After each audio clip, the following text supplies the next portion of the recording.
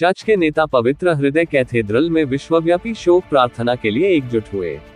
नई दिल्ली, 28 अप्रैल 2025।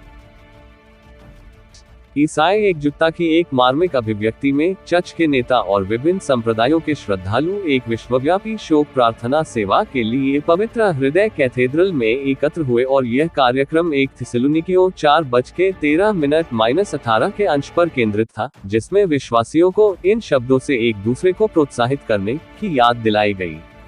सेवा की शुरुआत पवित्र हृदय कैथेड्रल गायक मंडली द्वारा गाए गए एक गंभीर भजन से हुई।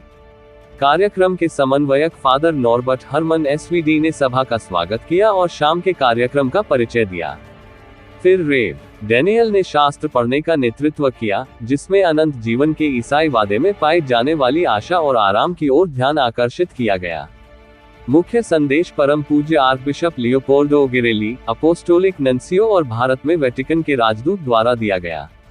अपने संबोधन में उन्होंने गहरी सांत्वना के शब्द कहे और दुख के समय में विश्वास और एकता की शक्ति पर विचार किया, तथा उपस्थित सभी लोगों से शांति के सुसमाचार के संदेश में निहित रहने का आग्रह किया।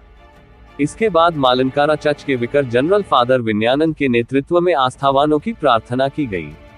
कई प्रमुख चर्च नेताओं द्वारा संक्षिप्त शोक संदेश साझा किए गए, जिनमें से प्रत्येक ने साझा शोक और एकता की भावना में अपने विचार और प्रार्थनाएं प्रस्तुत की।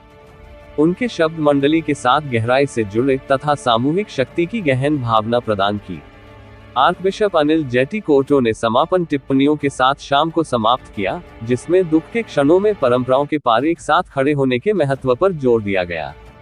जैसे ही सेक्रेड हॉट चोयर ने पृष्ठभूमि में धीरे से गाया, अतिथि पुष्पांजलि अर्पित करने के लिए आगे आए, मौन और प्रार्थना में अपना सम्मान व्यक्त किया। विश्वव्यापी शोक प्रार्थना सेवा ने ईसाई संगति की ताकत और साझा विश्वास की उपचार शक्ति की एक मार्मिक याद दिलाई। विविध चर्च नेताओं की उपस्थिति और शाम के एकीकृत संदेश ने उपस्थित सभी लोगों पर एक स्थायी छाप छोड़ी।